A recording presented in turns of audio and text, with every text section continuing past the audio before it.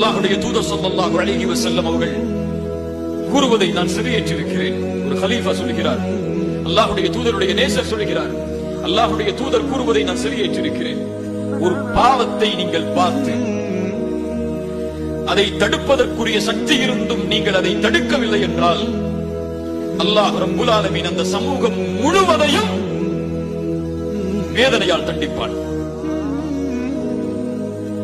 மீண்டும் சொல்கிறேன், ஒரு பாவத்தை பார்த்து அதை தடுப்பதற்குரிய சக்தி இருந்தும் நீங்கள் அதை தடுக்கவில்லை என்றால், அதை சீர்படுத்தவில்லை என்றால் அல்லாஹ் அந்த பாவம் செய்பவர்களை மட்டும் தண்டிக்க மாட்டான், ஒட்டுமொத்த சமூகத்தையும் அந்த தண்டனை சூழும். நாங்க ஜமாத்தா தானே இருக்கிறோம், அவங்க தானே பிரிஞ்சிருக்காங்க, அவங்கள்ட்ட போய் நீங்க பேசுங்க, எங்கிட்டயே வந்து பேசுறீங்க. நாங்க நல்லா தானே இருக்கிறோம், அவங்க தானே தவறு செய்யறாங்க. இல்லை, எப்படி? அல்லாஹ்வுடைய பார்வை மொழிகளை கொண்டோ இனங்களை கொண்டோ நிறங்களை கொண்டோ நாம் வரையறுத்திருக்கின்ற நாடுகளுடைய கோடுகளை கொண்டோ அல்லாஹ்வுடைய பார்வை கிடையாது.